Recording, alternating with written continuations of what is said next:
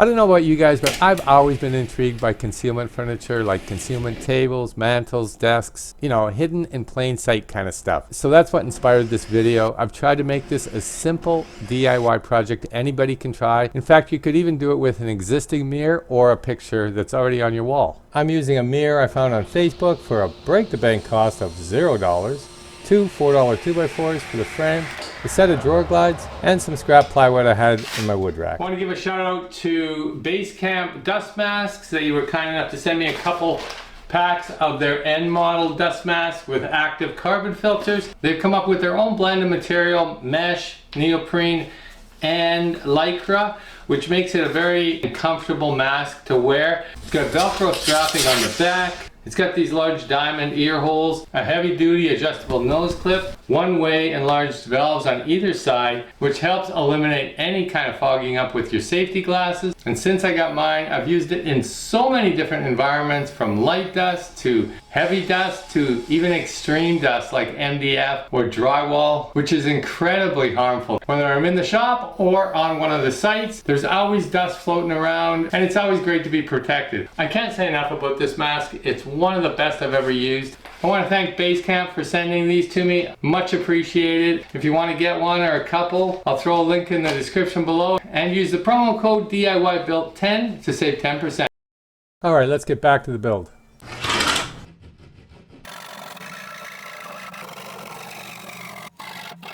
So we ended up with 14 by 22. Hit a cross member. Looks like a 1x3 in there.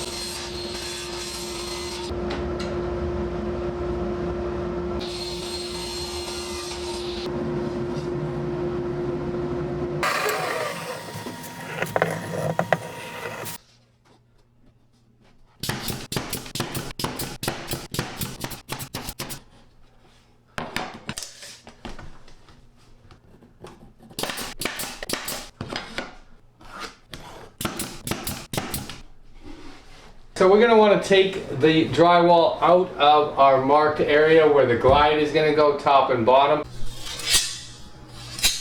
I want a clean cut, so I'm going to use a utility knife. However, if dust is not a concern, you can also use a multi-tool or a drywall saw.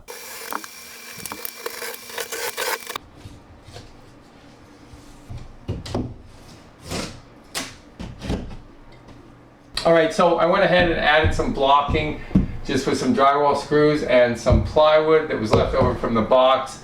So I have a little bit more meat for the glides to grab to. But while I was doing that, I realized that I already messed up, and maybe you guys spotted it before me, but this track I've cut open at top and bottom are too long. I think what's gonna happen is if we mount it this far on that wide of a mirror, the weight of the mirror might just hinder the operation of the glide a little bit too much because it'll want to pull down on that side. So to solve that, I think if we move this over to more in the center, so that just means I've got to cut some drywall, fill it back in here, so 10 inches here, 10 inches on the lower, and then we can fur these out a little bit and mount those.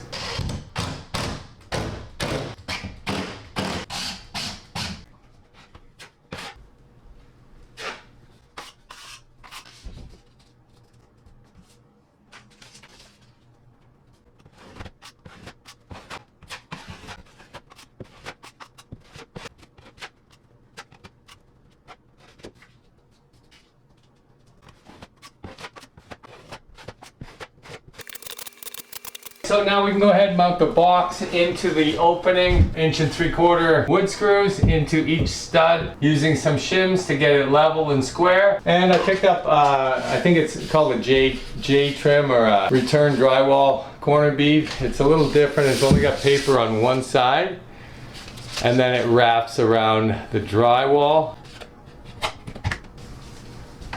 I'm just going to set these in place. I'm not actually setting the mud behind them until we get our box in and level, and then we can adjust those corners in and out to square up and make everything look the way it should.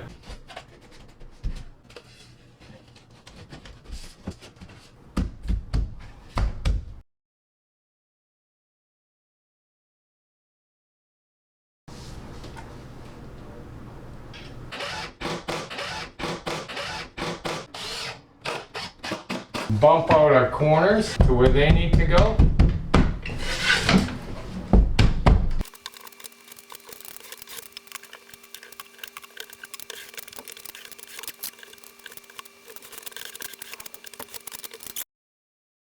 There is multiple ways you can build frames. You can butt joint them together like that. You can 45 your corners. You could use pocket holes. I want to make it a little bit unique, so I'm going to use what's called a half lap joint. Normally you would put a half lap on this one and on this one, and then they would overlap, creating a pretty strong joint. I want this to have a bit of dimension to it, so all I'll do is put the half lap joint on one of the boards. That way it'll sit just proud of this board, and it'll give us that appearance of depth.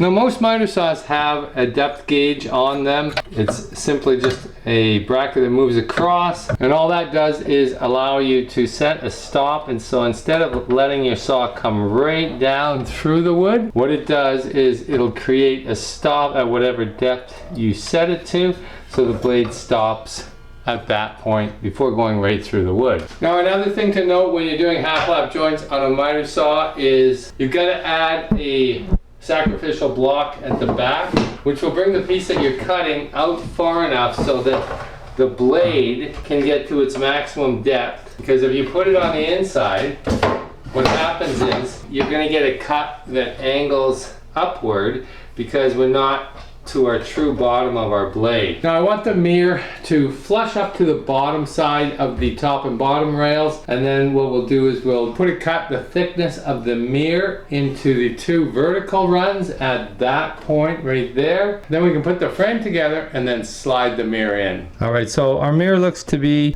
exactly 3/16 of an inch, so that's the thickness of the saw cut we're going to have to make.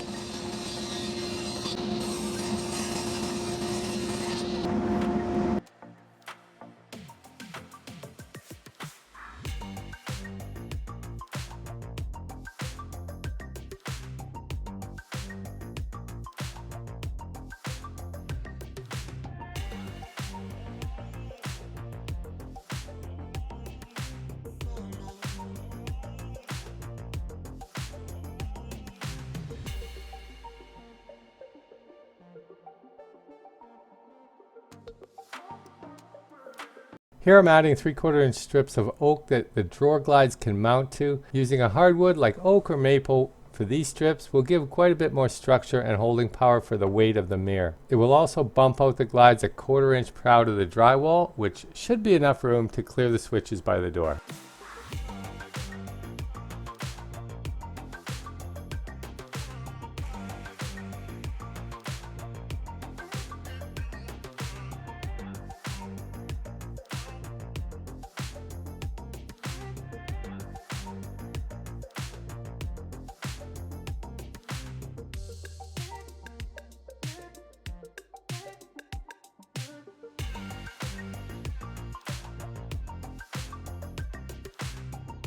The drawer glides come apart and allow one end to be mounted to the back of the mirror and the other to the oak strips. Then it's just a matter of sliding the two pieces together.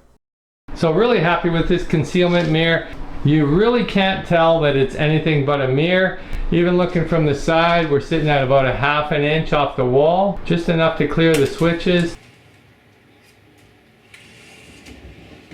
That's what you want in any kind of concealment furniture or wall piece. You want to be able to look at it, think that it's just a mirror sitting there and it has no other function. Thanks for watching, and if you like DIY projects like this one, hit the subscribe button, follow along, and until next time, get out there and build something.